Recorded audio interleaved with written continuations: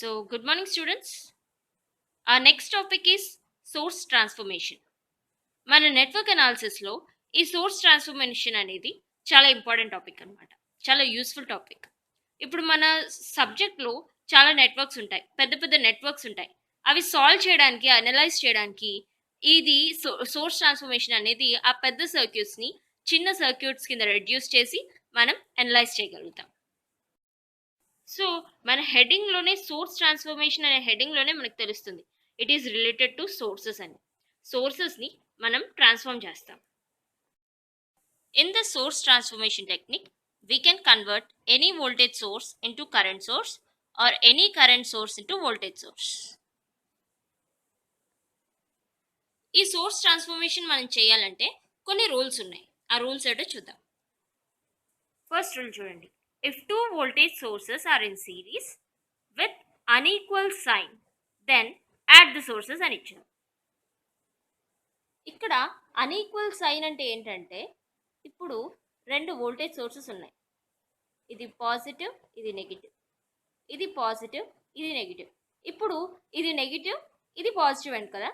ఇప్పుడు ఇవి రెండు అన్ఈక్వల్ అంటే అన్ఈక్వల్ ఒక చోట కలిసినప్పుడు దాన్ని అన్ఈక్వల్ సైన్ అంటాం.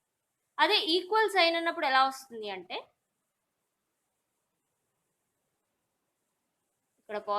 ఇక్కడ నెగిటివ్ పాజిటివ్ పాజిటివ్ నెగిటివ్. ఇది ఈక్వల్ సైన్ అంటాం. This is unequal sign. ఎప్పుడైతే మనకి అన్ఈక్వల్ సైన్ వచ్చిందో సిరీస్లో రెండు వోల్టేజ్ సోర్స్ ఉన్నప్పుడు ఈ రెండు వోల్టేజ్ సోర్స్ని మనం యాడ్ చేస్తాం. So 5 + 2 volts = 7 volts. That is rule number 1. Next rule number 2. If two voltage source are in series with equal sign, ఇప్పుడు ఈక్వల్ సైన్ ఉన్నప్పుడు మనం సబ్ట్రాక్ట్ చేస్తాం సోర్సెస్. ఇప్పుడు 6 volts - 4 volts. అప్పుడు 6 - 4 ఎంత? 2 volts. So the equivalent will be plus minus 6 volts - 4 volts 2 volts. Okay. Next, if two current source are in parallel, current source ఎప్పుడైతే ప్యారలల్లో ఉండి సేమ్ డైరెక్షన్ ఉంది, ఇప్పుడు ఇది పాజిటివే, ఇది ఇది అప్వర్డ్ డైరెక్షన్, ఇది అప్వర్డ్ డైరెక్షన్, సేమ్ డైరెక్షన్లో ఉంది, అప్పుడు మనం యాడ్ చేస్తాం. టూ కరెంట్ సోర్స్ని యాడ్ చేస్తాం. ఓకే. ఇప్పుడు two current sources are in parallel but opposite in direction. ఇప్పుడు ఇది అప్వర్డ్ డైరెక్షన్ ఉంది, ఇది డౌన్వర్డ్ డైరెక్షన్ ఉంది. అప్పుడు ఏదైతే హయ్యర్ వాల్యూ ఉంటుందో హయ్యర్ మైనస్ లోవర్ చేస్తాం. 3 - 2 1 ఆంపియర్. అలాగే హయ్యర్ వాల్యూకి ఉన్న డైరెక్షనే మనం ఇండికేట్ చేస్తాం. ఫర్ ఎగ్జాంపుల్, ఇప్పుడు అప్వర్డ్ డైరెక్షన్లో మనకి 6 amps ఉంది అండ్ డౌన్వర్డ్ డైరెక్షన్లో మనకి 2 amps ఉంది. దెన్ మనకి రిజల్టింగ్ ఏమొస్తుంది? అప్వర్డ్ డైరెక్షన్ వస్తుంది, ఎందుకంటే హయ్యర్ వాల్యూ కాబట్టి. అప్వర్డ్ డైరెక్షన్ 6 - 2 ఎంత? 4 amps. ఓకే. మనం సోర్స్ ట్రాన్స్ఫర్మేషన్లో వోల్టేజ్ సోర్స్ని కరెంట్ సోర్స్ కింద అండ్ కరెంట్ సోర్స్ని వోల్టేజ్ సోర్స్ కింద ట్రాన్స్ఫార్మ్ చేయగలం అన్నాం కదా, అది ఎలాగో చూద్దాం. లెట్ us కన్సిడర్ ఏ వోల్టేజ్ సోర్స్.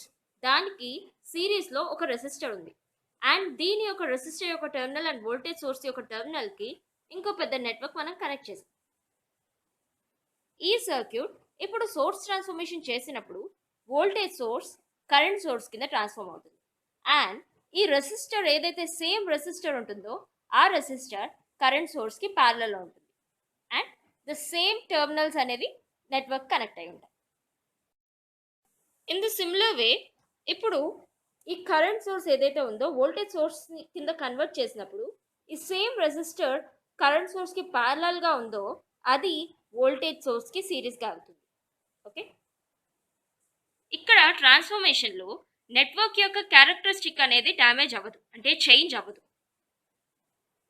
అంటే దీని అర్థం ఏంటంటే ఇప్పుడు ఈ టెర్మినల్ దగ్గర ఈ టెర్మినల్ దగ్గర ఎంత వోల్టేజ్ అయితే ఉంటుందో అది ట్రాన్స్ఫార్మ్ అయినప్పుడు కూడా సేమ్ వోల్టేజ్ ఉంటుంది.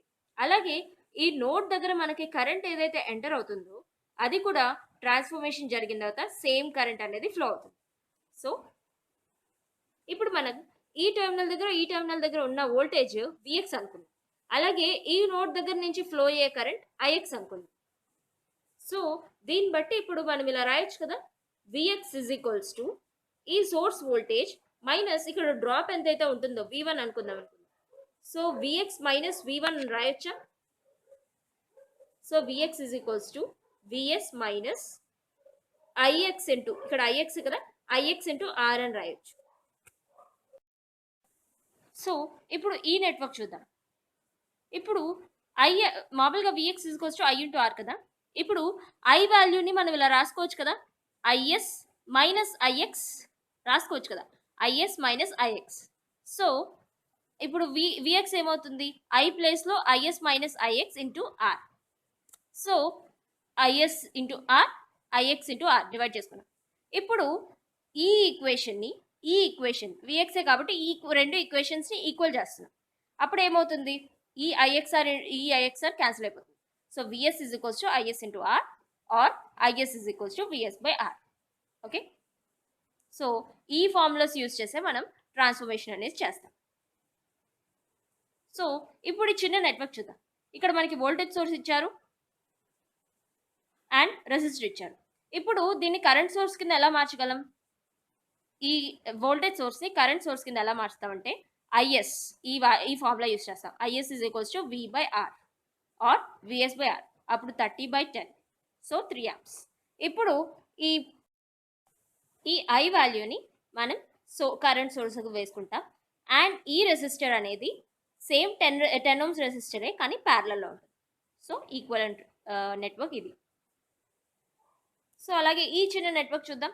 ఇక్కడ మనకి కరెంట్ సోర్స్ ఇచ్చారు. ఇప్పుడు దీని ఈక్వలెంట్ వోల్టేజ్ సోర్స్కి ఇది కన్వర్ట్ చేయాలి. So V is equals to IR.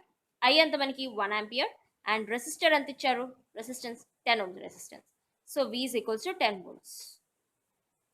మన ఈక్వలెంట్ నెట్వర్క్ ఎలా ఉంటుంది, 10 ohm resistor in series with 10 ohm resistance. So ఇలా ఈక్వలెంట్ సర్క్యూట్ వస్తుంది. సో నెక్స్ట్ క్వశ్చన్ చూద్దాం.